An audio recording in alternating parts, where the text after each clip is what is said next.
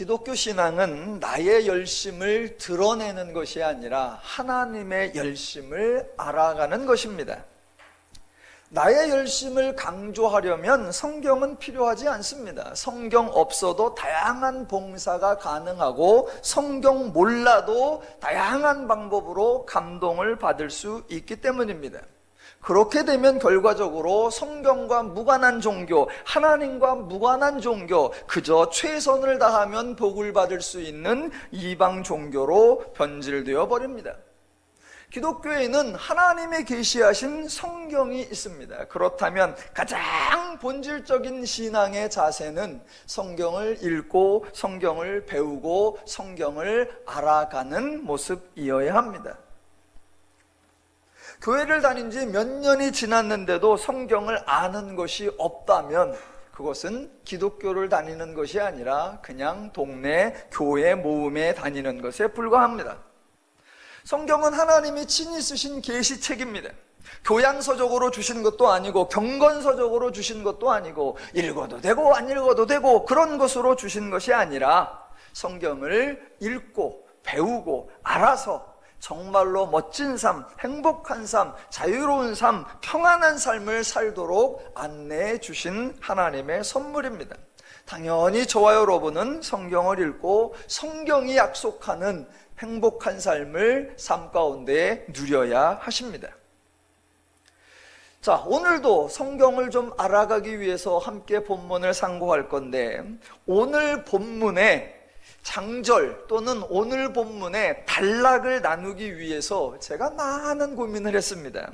설명을 안 하면 제가 얼마나 고민을 했는지 여러분이 눈치채지 못하실 것 같아서 일부러 설명을 드려보겠습니다. 제가 오늘 4장 21절부터 5장 8절까지를 읽었습니다. 대부분의 주석들은 4장 21절을 4장으로 포함시켜버리고 5장 1절을 새로운 단락으로 시작을 합니다.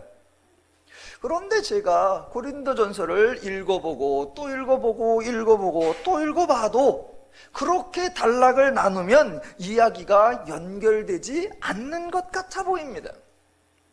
자, 4장 19절과 20절을 한번 읽어보겠습니다. 주께서 허락하시면 내가 너희에게 속히 나아가서 교만한 자들의 말이 아니라 오직 그 능력을 알아보겠으니 하나님의 나라는 말에 있지 아니하고 오직 능력에 있음이라 입니다. 19절에 말, 능력이라는 표현이 나오고 20절에도 말, 능력이라는 표현이 나오니까 서로 자연스럽게 연결이 된다는 것을 알 수 있습니다. 그런데 21절을 읽어보시면 너희가 무엇을 원하느냐? 내가 매를 가지고 너희에게 나아가랴 사랑과 온유한 마음으로 나아가랴 입니다. 전혀 다른 이야기가 시작되는 것 같습니다. 왜냐하면 21절에 매를 가지고 나아가는 것과 사랑과 온유한 마음으로 나아가는 것이 서로 대조가 되고 있습니다. 이런 표현이 나왔다면 매를 가지고 가야 하나 그런 상황이 소개되어야 합니다. 그런데 1장부터 4장까지는 매를 가지고 나아갈까? 그런 상황이 등장하지 않습니다. 바울이 고린도 교회를 책망하거나 꾸짖거나 매를 들어야 할 정도의 그런 내용이 소개 안 됩니다. 대신 그 상황이 5장 1절 이하에 등장을 합니다. 그렇다면 당연히 4장 21절은 앞단락으로 붙여 읽어야 되는 것이 아니라 뒷단락으로 새로 시작하는 단락으로 읽는 것이 자연스러울 것입니다. 이제부터 여러분은 바울의 입장이 되셔서 과연 매를 가지고 갈 것인가 사랑과 온유한 마음을 가지고 갈 것인가 고민하는 심정으로 5절을 읽으시면 되겠습니다. 바울이 고린도 교회의 소식을 들었습니다. 어떤 소식을 들었냐면 1장 11절에 보니까 내 형제들아 글로의 지편으로 너희에 대한 말이 내게 들리니 곧 너희 가운데 분쟁이 있다는 것이라 이런 얘기를 들었고 또 들은 것이 있는데 오늘 5장 1절에 너희 중에 심지어 음행이 있다함을 들으니 그런 음행은 이방인 중에서도 없는 것이라. 누가 그 아버지의 아내를 취하였다 하는도다 라고 또 들었습니다.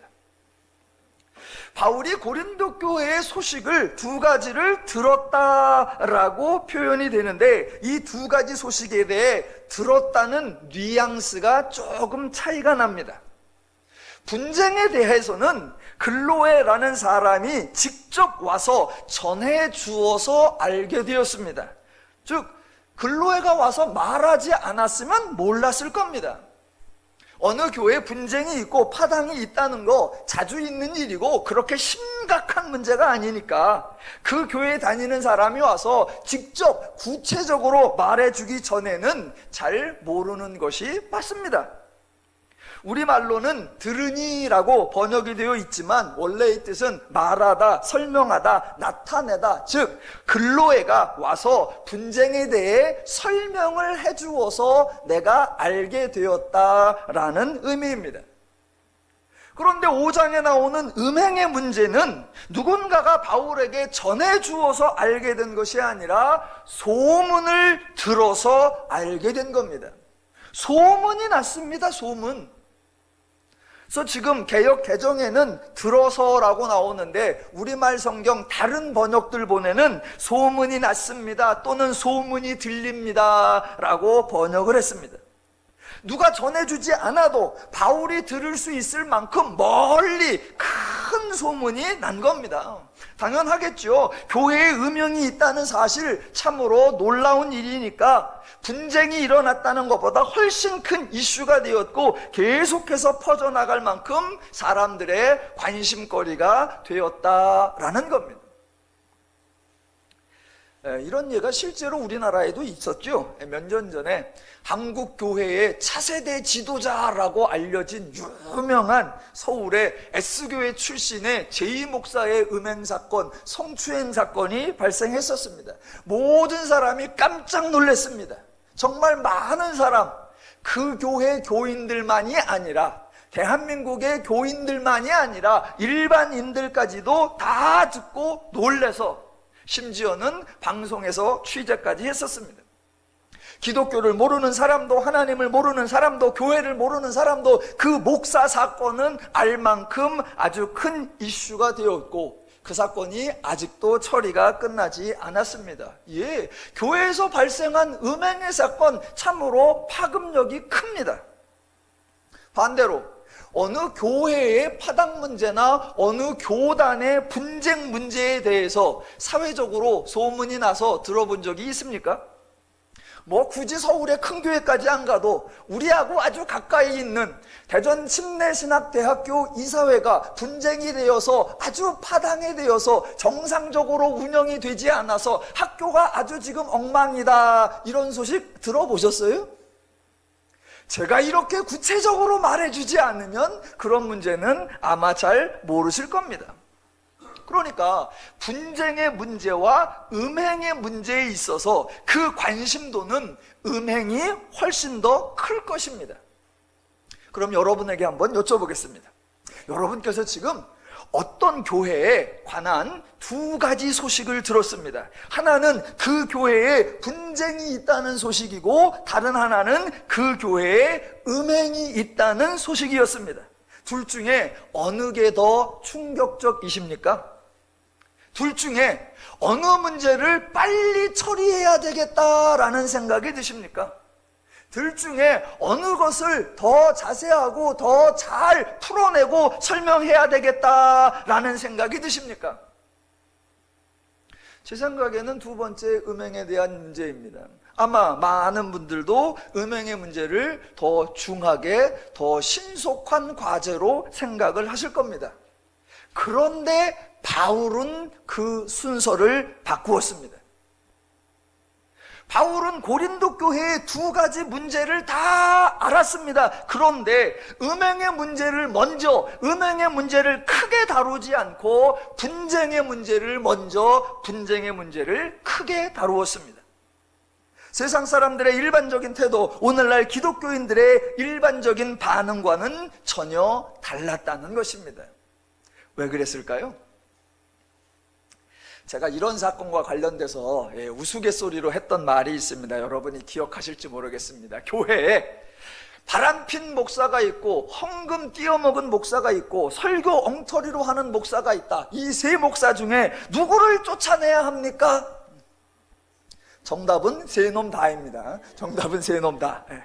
그런데 우리 주변에서 발생하는 사례들을 확인해 보면 교회에서 바람핀 목사가 있다. 그거는 분명히 절대적으로 잘립니다.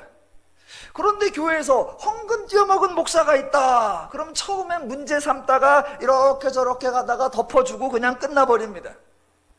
교회에서 설교 엉터리로 하는 목사가 있다. 그게 문제인 줄도 모르고 아무도 문제 삼지도 않습니다.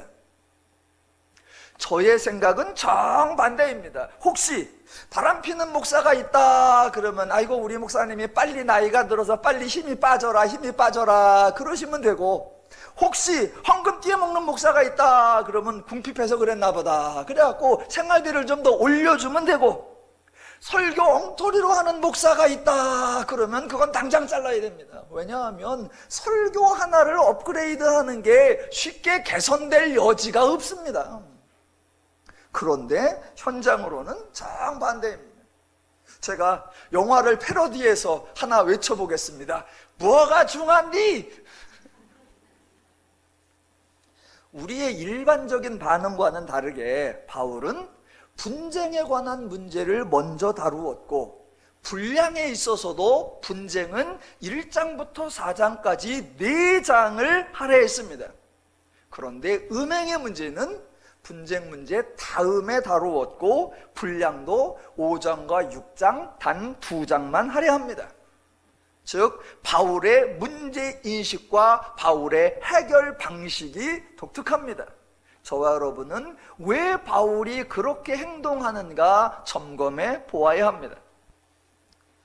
고린도 교회 문제에 관한 바울의 반응은 특이한 게 또 있습니다. 자, 5장 1절을 보겠습니다.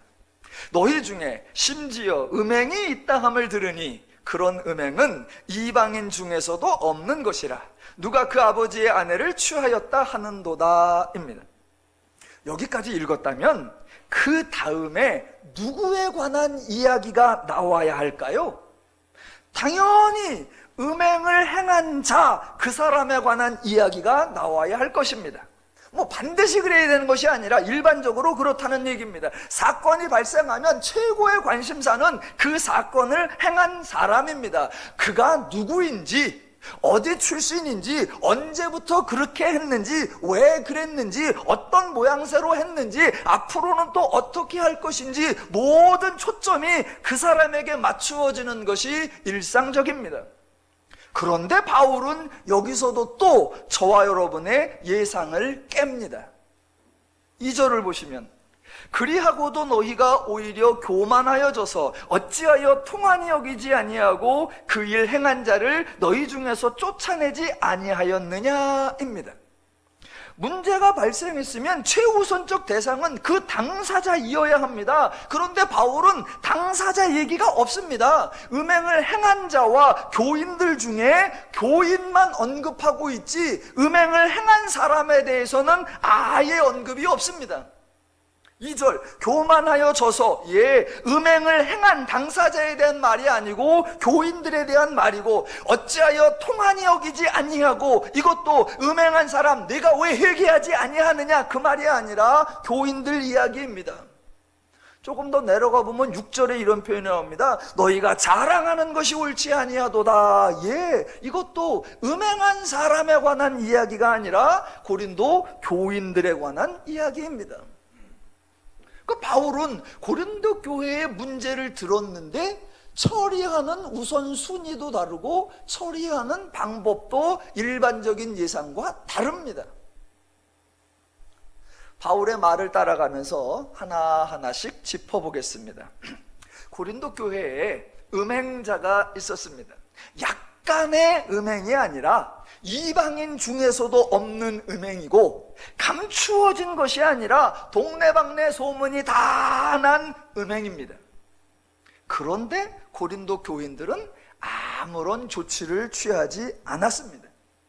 바울의 말 속에 고린도 교인들의 행동이 묘사되어 있습니다. 2절대로라고 하면 교인들은 음행한 사람이나 음행하는 사건을 문제 삼지 않았고, 슬퍼하지도 않았고, 아파하지도 않았고, 심각하게 고민하지도 않았습니다. 기록된 대로라면 통한이 여기지도 아니하였고, 그 일을 행한 자를 쫓아내지도 아니하였습니다.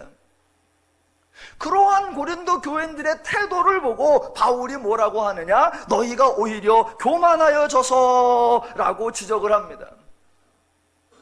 그리고 고린도 교인들의 태도 하나를 또 보여주는 것이 6절에 나오는 너희가 자랑하는 것이 옳지 아니하는도다입니다. 고린도 교인들은 부끄러워한 것이 아니라, 민망해한 것이 아니라, 안타까워한 것이 아니라 도리어 자랑을 했다고 합니다. 정리하면 고린도 교회에 음행이 있다는 사실에 대해 아무런 조치를 취하지 않는 정도가 아니라 교만한 생각을 가지고 있었고 자랑하는 태도를 가지고 있었다라는 겁니다. 그렇다면 저와 여러분은 고린도 교인들이 왜 무엇을 어떻게 얼마나 교만하게 생각하고 있었는가, 또 그들이 왜 무엇을 어떻게 얼마나 자랑하고 있었는지를 파악하셔야 한다는 겁니다. 먼저 상황 파악을 다시 한번 해보겠습니다.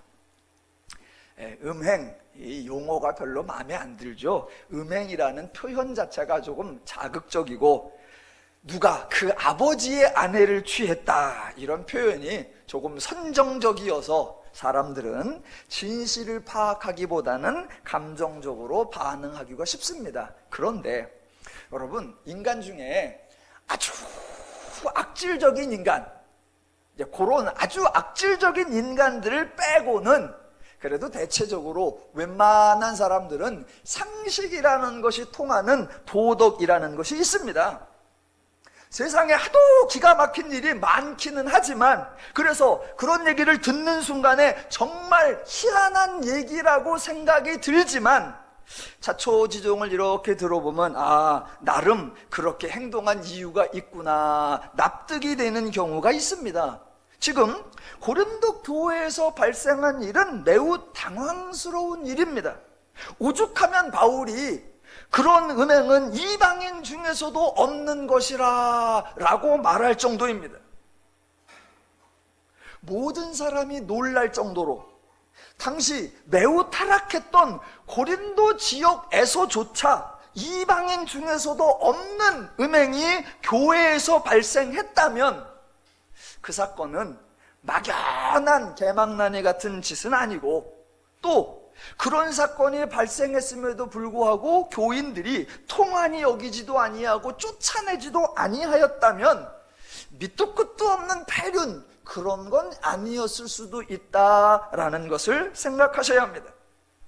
바울이 고린도 교인들을 향해서 야 이 무지한 인간들아, 야 이 방탕한 인간들아, 야 이 파렴치한 인간들아, 이렇게 말하지 않고 전혀 예상 밖의 표현, 너희가 오히려 교만하여져서 라고 말하고 있다는 겁니다. 즉 교인들은 부정한 생각을 한 것이 아니고, 망측한 생각을 한 것이 아니고 조금 이상하게 생각을 한 것입니다. 여기서 제가 말하는 이상하게 생각한다는 것은 엽기적인 생각이나 또라이 같은 생각이라는 것이 아니라, 성도라면 당연히 가져야 하는 생각이 있는데 그런 생각이 아니었다라는 겁니다. 어떤 사람이 아버지의 아내를 취하는 것을 보았다, 일반적인 생각이라면 부정한 것으로 취급해야 하고, 성도의 생각이라면 당연히 통한이 여기고 쫓아내야 할 일로 생각했어야 합니다. 그런데 고린도 교인들은 그 일을 통한이 여겨야 할 일이라고 생각하지 않았고, 쫓아낼 일이라고 생각하지 않았고, 심지어는 자랑할 만한 일이라고까지 생각했습니다. 고린도 교인들이 정신병자가 아닌 다음에야 이러한 일을 아무렇지도 않게 여길 리가 없고, 교만할 리가 없고, 자랑스럽게 여길 리가 없습니다. 그러니까 저와 여러분은 과연 고린도 교인들에게 이런 생각이 들게 하고 이런 반응을 나타내게 한 그 음행은 무슨 사건이었을까 관심을 가지셔야 하고, 더 중요한 것은 이 본문을 읽는 많은 사람들이 음행 사건에 관심을 갖고 있는데, 지금 바울은 누가 그 아버지의 아내를 취한 사건, 그 사건이 아니라 그 사건을 대하는 고린도 교인들의 사고방식, 고린도 교인들의 인식체계에 대해 언급하고 있다라는 것을 분별하셔야 합니다. 자, 여러분은 더누림 교회에 출석하고 계십니다. 그렇다면 더누림 교회를 출석하시는 성도님들은 성경을 보는 관점이 매우 탁월하셔야 하고, 섬세하셔야 되고, 정교하셔야 합니다. 예, 여러분은 성경을 보실 때 한 절 한 절을 따져보는 현미경식 연구도 하셔야 되지만, 동시에 멀리 보고 크게 보고 숲도 보는 망원경식 연구도 겸비하셔야 합니다. 5장을 읽을 때 조금 멀리 넓게 보는 것이 꼭 필요합니다. 왜냐하면 이 5장에 음행에 관련된 내용을 해결하시려면 이 사건과 관련된 이야기가 어디까지 연결되어 있는가, 이것을 파악하셔야 합니다. 자, 왜냐하면 지금 바울은 단순히 문제를 드러내려고 하는 것이 아니라 문제를 해결하려고 편지를 썼는데, 이 문제에 대해 어떤 해결책을 제시했는가, 그것을 보면 이 문제의 핵심이 무엇이었구나 라고 거꾸로 확인할 수 있다는 겁니다. 우리가 지금까지 고린도전서 1장부터 4장까지를 살펴보았습니다. 그러면 1장에서 뭐라고 시작하냐면 고린도 교회에 분쟁이 있다라고 이야기를 시작했습니다. 그런데 2장과 3장에 보면 분쟁에 관한 얘기는 별로 없습니다. 분쟁한 사람들을 와서 의견을 청취하고 서로를 화해시키며 서로를 연합시키는 그런 얘기가 없어요. 그러다가 4장에 가서 어떻게 하느냐? 또 분쟁 얘기가 나와요. 그러면 1장의 이야기가 4장에도 나오니까 거기까지 연결되어 있구나라는 것을 알 수 있고, 1장에 분쟁으로 시작했는데 4장 끝에 가보면 너희가 하나님 나라를 살고 있는지 알아보겠다라고 끝이 났었습니다. 그렇대요. 결론에 의하여 역으로 추적해보면 고린도 교회의 문제는 파당이나 분쟁이 아니었다라는 것을 알아차릴 수 있습니다. 이런 본문 분석 패턴이 두 번째 문제를 상고하는데도 적용을 해야 한다는 겁니다. 자, 5장의 음행의 문제를 푸는데 단순히 5장 문제만 보는 것이 아니라 이 이야기가 어디까지 기록되어 있는가, 그래서 그 문제의 끝에서 뭐라고 있는가, 문제의 해결책을 보면은 이 문제의 본질적인 핵심이 뭐냐를 찾을 수 있다는 겁니다. 자, 그렇다면 고린도 전서가 대부분 알려지기로 고린도 전서에는 고린도 교회의 문제가 소개되고 있는데 대략 11가지 정도가 소개되어 있다라고 알려져 있습니다. 고린도 전서를 이렇게 읽어보면 바울은 각각의 문제를 시작할 때 또는 새로운 문제로 주제가 바뀔 때마다 구분을 지을 수 있는 바울만의 표현 방식을 사용하고 있습니다. 분쟁의 문제, 1장에서 11절에 내가 글로의 편에 너희들에게 분쟁이 있다는 소식을 들으니 라고 시작을 했고요. 그 이야기가 4장까지 진행되는 걸 어떻게 아느냐? 5장에 내가 너희 중에 음행이 있다는 소식을 들으니 라고 다른 이야기가 등장하니까 1장부터 4장까지가 연결되어 있구나 라는 걸 아는 겁니다. 그렇다면 5장에서 시작된 이 이야기는 어디까지 이어질까요? 알 수 있습니다. 다른 문제가 등장하기 전까지는 계속 이 문제가 다루어지는 겁니다. 그렇다면 6장에 다른 문제가 나올까요? 물론 주석들을 살펴보면 6장에 두 문제가 나온다고 알려져 있습니다. 전반부에는 송사의 문제가 나오고 후반부에는 창기들과 행하는 음행의 문제가 나온다라고 사람들이 분류를 해놓았습니다. 그런데 그러한 분류는 바울의 표현법을 전혀 고려하지 않은 방식입니다. 바울은 5장에서 새로운 이야기를 시작한다는 표현을 하고 7장에서 주제가 바뀌어 다른 문제를 다루고 있다라고 말을 합니다. 7장 1절을 보세요.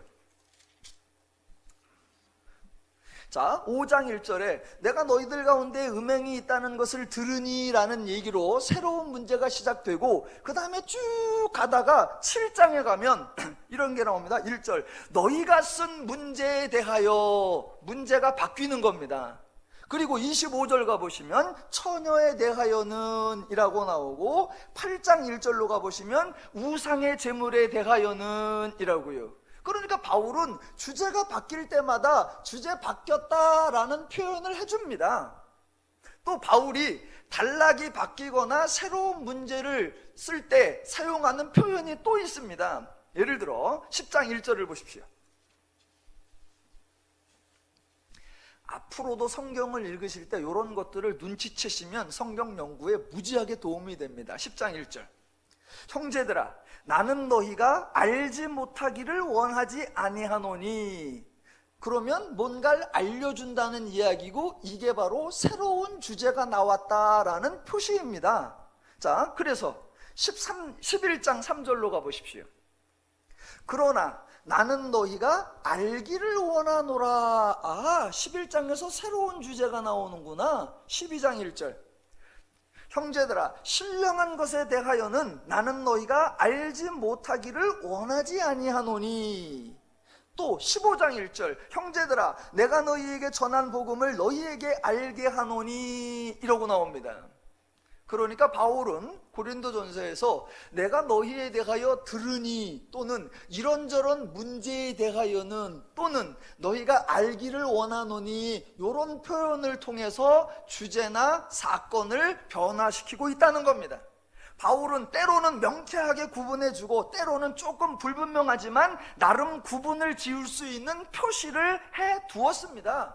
그런 바울의 표현을 상고해 볼 때 4장 21절부터 시작된 이 음행의 주제가 어디까지 이어지느냐? 6장까지 이어집니다. 왜? 새로운 문제가 7장에 나오니까. 그러니까 5장과 6장은 한 주제요, 한 단락이라는 겁니다. 그렇다면 5장에 제시된 이 문제를 분별하려면 6장에 나오는 내용과 연결을 해야 한다라는 겁니다. 그래서 6장을 한번 읽어보면 6장 후반부인 12절 이하에 다시 음행에 관한 얘기, 음란에 관한 이야기가 나옵니다. 뭐가 이렇게 성경이 복잡해? 그러지 마시고, 이제서 성경을 제대로 배우는구나, 이렇게 생각을 하셔야 됩니다.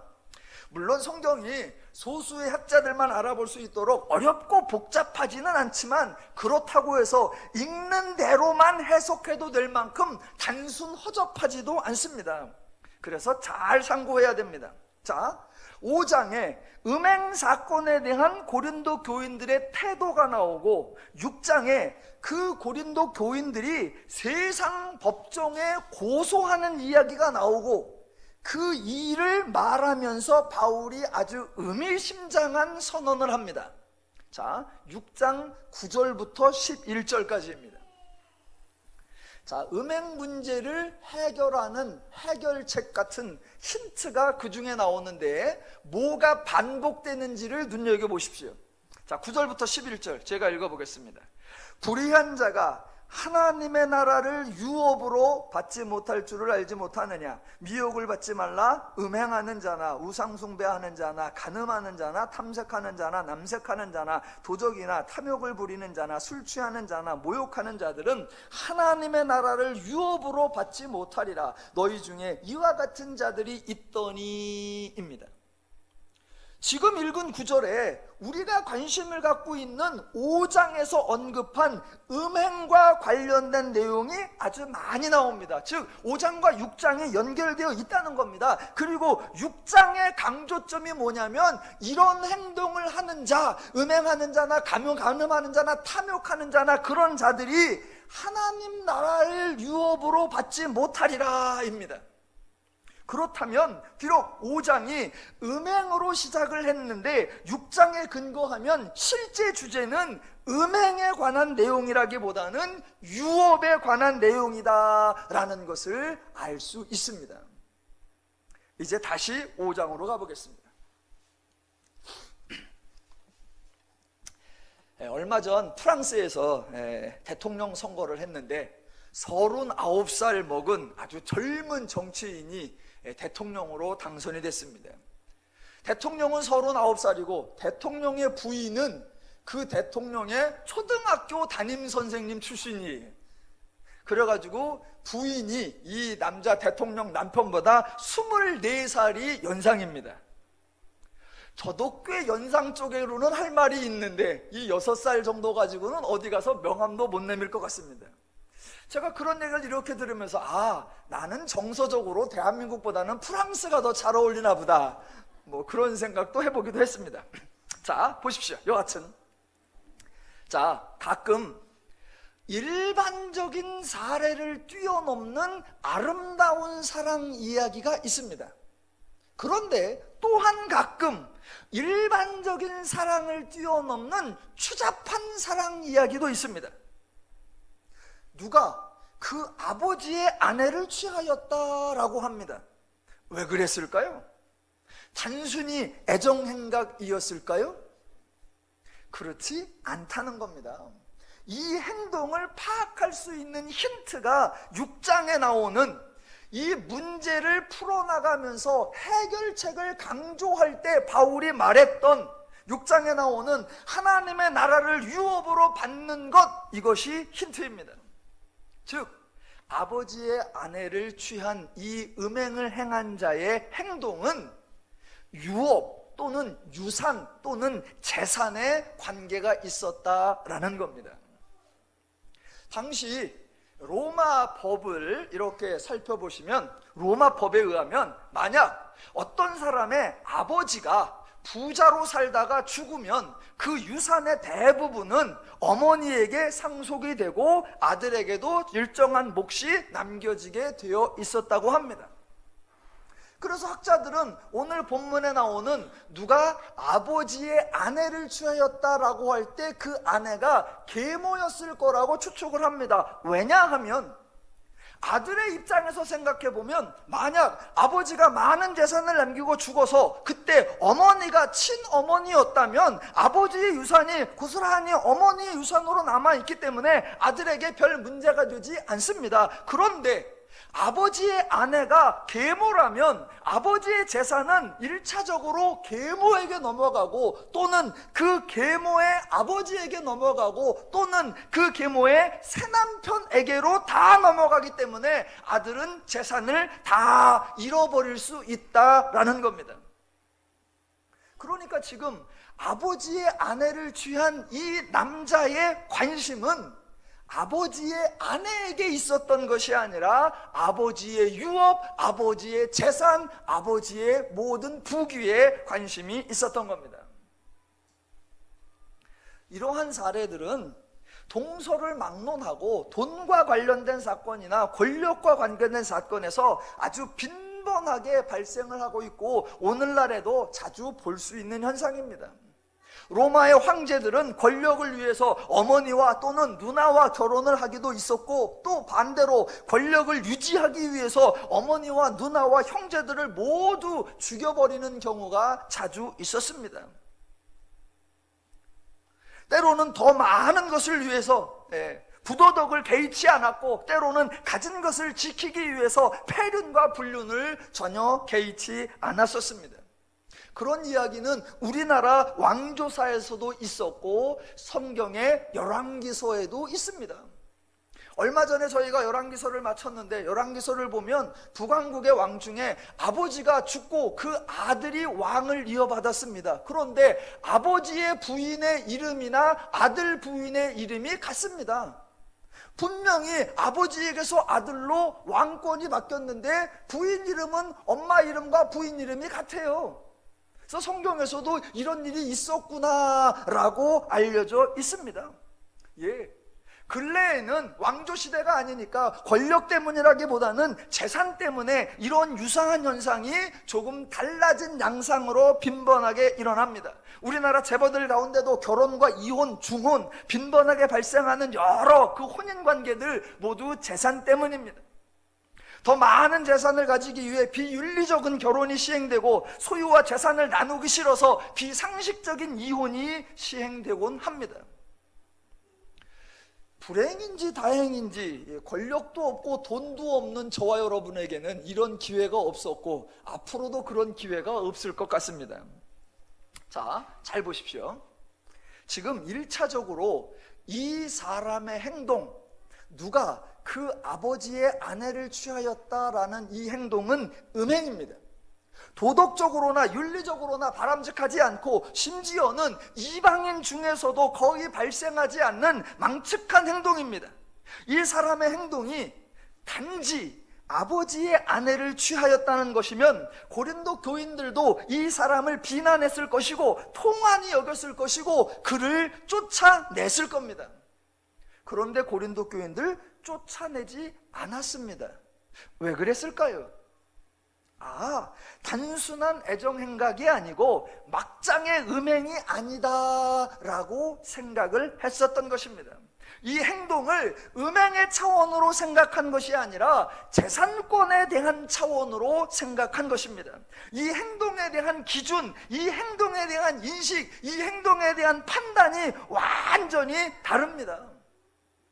분명히 음행은 음행인데 음행으로 인식하지 않고 아버지의 재산을 보호하고 자신이 물려받아야 하는 기업을 받아내는 행동으로 인식을 한 것입니다. 팩트. 팩트가 뭐냐? 누가 그 아버지의 아내를 취하였다. 이게 팩트입니다. 그런데 이 팩트를 바울은 음행이라고 간주를 했습니다. 그런데 이 팩트를 고린도 교인들은 기업을 물려받은 것이야 라고 간주했습니다. 바울에게 있어서 중요한 것은 성도들의 성결이요 성도들의 거룩함이었습니다. 그런데 고린도 교인들에게 중요한 것은 재산이었고 유업이었고 기업이었습니다. 사건을 바라보는 관점이 다르니까, 사건을 판단하는 기준 자체가 다르니까 사건에 대한 반응이 완전히 다르게 나타났던 것입니다. 제가 지금 고린도 교인이 잘했다고 하는 것이 절대로 아니고요, 그들의 심정이 한편으로는 이해가 간다, 그런 것도 절대로 아니고요, 그들이 왜 그렇게 행동했는가라는 것을 설명드리고 있는 겁니다. 자, 고린도전서를 읽으실 때 고린도 교인들이 이방인 출신이고 고린도 교인들이 교회에 들어온 지가 아직 얼마 안 되는 사람들이다라는 것을 기억하고 계셔야 합니다. 그래서 자신들이 성도가 되었다는 것이 무슨 의미인지를 잘 모르고 있으며 성도라는 존재에게 주어진 하나님의 복, 하나님 나라의 기업이 얼마나 존귀하고 얼마나 풍성한지를 잘 모르고 있다라는 겁니다. 그걸 기억하셔야 합니다. 아주 단순하게 여러분에게 여쭤보겠습니다. 여러분이 속으로만 대답하시면 됩니다. 여러분이 힘들게 사세요. 매우 어렵게 겨우겨우 살아가고 계십니다. 물려받은 재산도 없고 앞으로 형편이 좋아질 것 같은 조짐도 전혀 없습니다. 그런데 여러분 주변에 있는 어떤 사람이 고린도전서 5장에 나오는 사건과 유사한 상황을 통해 거액의 재산을 물려받았습니다. 그래서 지금은 아주 폼나게 살고 있습니다. 여러분은 겨우겨우 살고 있는데 여러분 주변에 있는 사람이 그렇게 거액의 재산을 물려받아서 아주 폼나게 살고 있으면 여러분은 무슨 마음이 드십니까? 도무지 못할 짓이다 라는 생각이 드십니까? 아니면 조금 욕먹고 난 후에 떵떵거리고 사는 게 부러우실 것 같습니까? 조금 더 리얼하게 설명을 해볼게요. 자,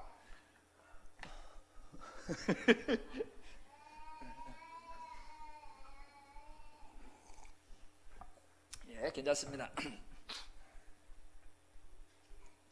자, 고린도 교회에서 아버지의 아내를 취하여서 아버지의 재산을 다 물려받아서 지금 거부가 되고, 그래서 사회에 나름대로 유력자인 그런 사람이 교회에 있습니다. 말 그대로 유력자고 말 그대로 재력가고 말 그대로 사회에서도 명성도 있는 그런 사람이 교회에 있습니다. 약간 도덕적으로는 흠이 있기는 하지만 알아보니 다 그럴 만한 사정이 있었던 것이고, 그분이 지금 교회에 큰 도움을 주고 있으며 교회가 필요할 때마다 아주 중요한 역할을 잘 해주고 계십니다. 여러분은 그런 분을 기어이 내쫓으시겠습니까? 그냥 두시겠습니까? 여러분의 대답을 직접 듣지 않고 고린도 교인들의 대답을 들어보겠습니다. 그게 6절, 너희의 자랑하는 것이 옳지 않도다입니다. 고린도 교인들은 부끄러워하지 않았고 민망해하지 않았고 창피해하지 않았고 부정하다고 생각하지 않았다는 겁니다. 왜 그래요? 고린도 교인들이 양심의 화인을 맞아서요? 아니요. 철면피라서요? 아니요. 전혀 그렇지 않습니다. 자, 음행으로 시작된 이 이야기가 5장에서 6장까지 이어지는데 6장의 도반부에 들어가면 송사사건이 나옵니다. 송사사건이. 자, 고린도 교인들은 무턱대고 음행 있는 자를 덮어준 것이 아닙니다. 고린도 교인들은 돈 있는 사람이라면 괜찮아 라고 다 감싸준 것이 절대로 아닙니다. 자, 그런 사건이 벌어지자 그 사건을 어떻게 처리해야 할까 로마의 법정으로 가지고 갔다는 겁니다. 그럼 여러분이 한번 대답해 보십시오. 교회에 그런 문제가 발생했어요. 누가 자기의 아버지의 아내를 취해서 재산을 물려받았습니다. 이 사건을 가지고 로마 법정에 딱 가서 고소했습니다. 그렇다면 로마 법정에서는 어떤 판결이 났을까요? 이 사건이 불법일까요? 합법일까요? 정답은 합법입니다. 합법. 그러니까 고린도 교인들은 통한이 여기지 아니하고 그 일 행한 자를 쫓아내지도 아니하고 도리어 자랑하는 것입니다. 고린도 교인들의 입장에서 생각한다면 어떤 사람이 아버지의 아내를 취하기는 했습니다. 약간 득이에 민망하기는 합니다. 그런데 사실 따지고 보니까 불법이 아니에요. 다소 쑥스럽기는 하지만 정당한 행동이고, 특히나 그 사람이 재력으로나 신분으로나 유력한 사람이고, 더 나아가 교회에 다양한 유익을 주고 있으니 천만다행이라는 겁니다. 심지어는 부럽기까지도 합니다. 전혀 문제 삼을 이유가 없습니다. 자, 이 사람에 대한 소문이 멀리 퍼져서 바울에게까지 소문이 들렸다 그래요. 한번 생각해보세요. 저 혼자 설교 준비하면서 그런 생각을 해봤습니다. 자, 이 사람에 대한 소문이 났다. 소문이 어떻게 났을까요? 둘 중에 하나를 골라보십시오. 저쪽 동네에 말이야 누가 있는데 글쎄 아버지의 아비를 취했대. 요렇게 소문이 났을까요? 누가 그 아버지의 아내를 취해가지고 어머 아버지 재산을 다 물려받았대. 첫 번째 소문이 났을까요? 두 번째 소문이 났을까요? 대부분 두 번째 소문입니다. 어떻게 그런 일이? 왜 그래요? 로마 법정에 가보니까 그게 뭐라고 판결해 놨다? 합법이래. 예. 그러니까 고린도 교인들이 그것을 통한이 여기지도 아니하고 쫓아낼 이유도 없었던 겁니다. 자, 지금 잘 보십시오. 고린도 교회에 발생한 현상에 대해서 고린도 교인들 중에 아무도 문제 삼지 않는 것을 바울은 문제 삼고 있습니다.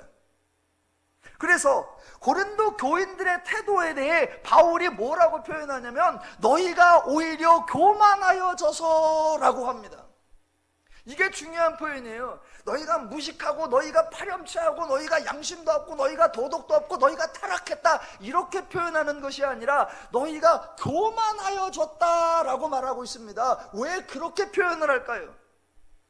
여러분, 바울이나 고린도 교인이나 모두가 성도입니다. 그렇다면 성도는 모든 것을 생각하고 판단할 때 하나님의 기준, 하나님의 관점에서 행동을 해야 합니다. 그런데 고린도 교인들은 하나님의 기준이나 성도라는 관점에서 판단하지 않고 모두 세상의 기준을 따라서 판단을 하고 있다는 겁니다. 그렇다면 성도됨이 무슨 의미가 있느냐? 바울이 그것을 지금 안타까워하고 있는 겁니다. 너희가 성도라면 하나님의 기준을 따라가야 되잖아. 하나님의 관점과 하나님의 분별력, 하나님의 판단, 그걸 따라야 되잖아. 그런데 하나님의 기준, 하나님의 관점, 하나님의 판단 옆에다 딱 내려놓고 한다는 소리가, 우리가 생각을 해보니까 말이야, 이게 단순히 우리 좋자고 생각을 한 게 아니야. 법정에 가서도 물어봤어. 그랬더니 이거 합법이래. 합법이니까 잘못한 게 없잖아. 이거 갖고 민망해할 일이 없고 이거 갖고 쫓아낼 일이 아니잖아. 우리는 옳잖아 라고 하는 태도를 보이니까 바울이 하는 말, 너희가 교만하다라는 거예요. 왜? 너희는 성도로서 하나님의 기준과 하나님의 관점과 하나님의 인식에 의하여 행동해야 되는데, 그 관점은 제껴놓고 마치 너희가 아는 것처럼, 마치 너희가 옳은 것처럼, 마치 너희가 합당한 것처럼, 마치 너희가 정상적인 것처럼 행동하고 있으니까 그것이 바로 너희가 교만하다라는 겁니다. 오늘 본문에서는 음행한 사람에 대해서는 전혀 다루지 않고 있습니다. 다음 주에 음행한 사람을 어떻게 조치해야 하는지 본문에서 확인을 해볼 것이고, 이 사람이 그 음행을 통해 얻어낸, 그 음행을 통해서 받아낸 아버지의 기업과 성도가 하나님에게서 받은 그 은혜로 받은 하나님 나라의 유업 중에 과연 무엇이 더 크고 무엇이 더 소중하고 무엇이 더 풍성하냐, 그것을 언급할 겁니다. 바울이 속상해하는 건 그거예요. 성도들아, 너희는 하나님 나라의 유업을 받았다. 그 모든 것은 세상 것과 비교할 수도 없고 세상 것이 그 어떻게 견줄 수가 없는 가장 크고 가장 풍성하고 가장 존귀한 하나님의 나라의 유업을 가지고 있다. 바울은 이걸 강조하려고 하는데 성도들은 뭐예요? 그거 어디 있어요?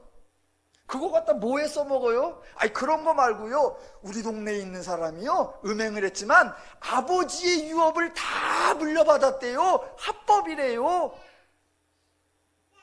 그거를 자랑하고 있고 그걸 부러워하고 있고 그걸 존귀하고 있단 말입니다. 그러니까 바울의 입장으로선 하나님 나라의 유업이 네 아버지 유업보다 작고 부족하냐, 그거를 통탄해하는 겁니다.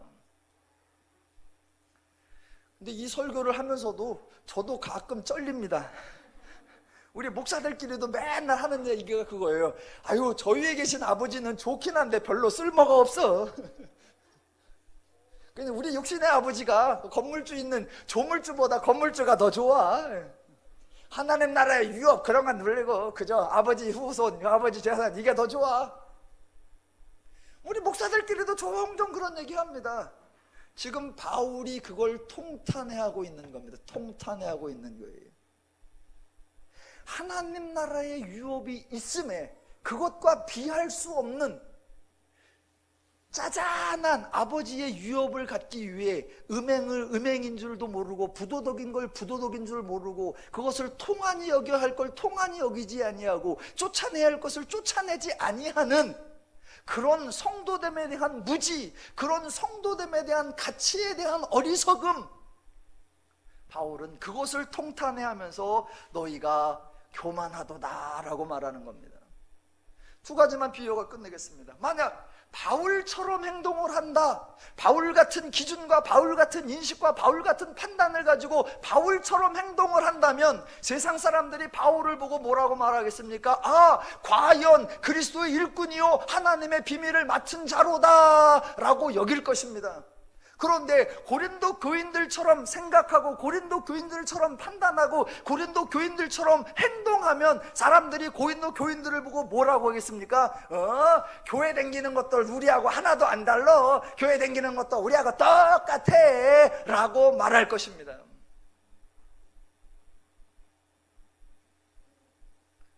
그래서 바울은 이 사건을 풀어가기 위해서, 이 사건이 덜 중요하기 때문이 아니라 고린도 교회의 모든 문제는 본질적으로 성도가 무엇이고 성도가 받은 하나님의 은혜와 복이 무엇이냐라는 것을 이해하지 못하면 전혀 풀릴 수가 없습니다. 그래서 1장부터 4장까지 해서 많은 시간과 많은 지면을 할애해서 뭐를 말했었느냐? 하나님의 지혜, 하나님의 능력, 하나님의 영, 하나님의 은혜에 대해서 세상이 알 수도 없고 세상이 구할 수도 없는 것 하나님이 선물로 주셔서 우리에게 주어서 우리는 거룩한 자가 되었고 우리는 신령한 자가 되었고 그런 우리를 세상이 바라보아야 할 만한 증거자로 세웠다라는 그 성도됨에 대하여 알아라라는 것이었습니다. 오늘 본문도 음행의 문제가 아니라 그 성도됨을 모르기 때문에 발생하는 어리석은 행동, 어리석은 판단들을 지적하고 있는 것입니다.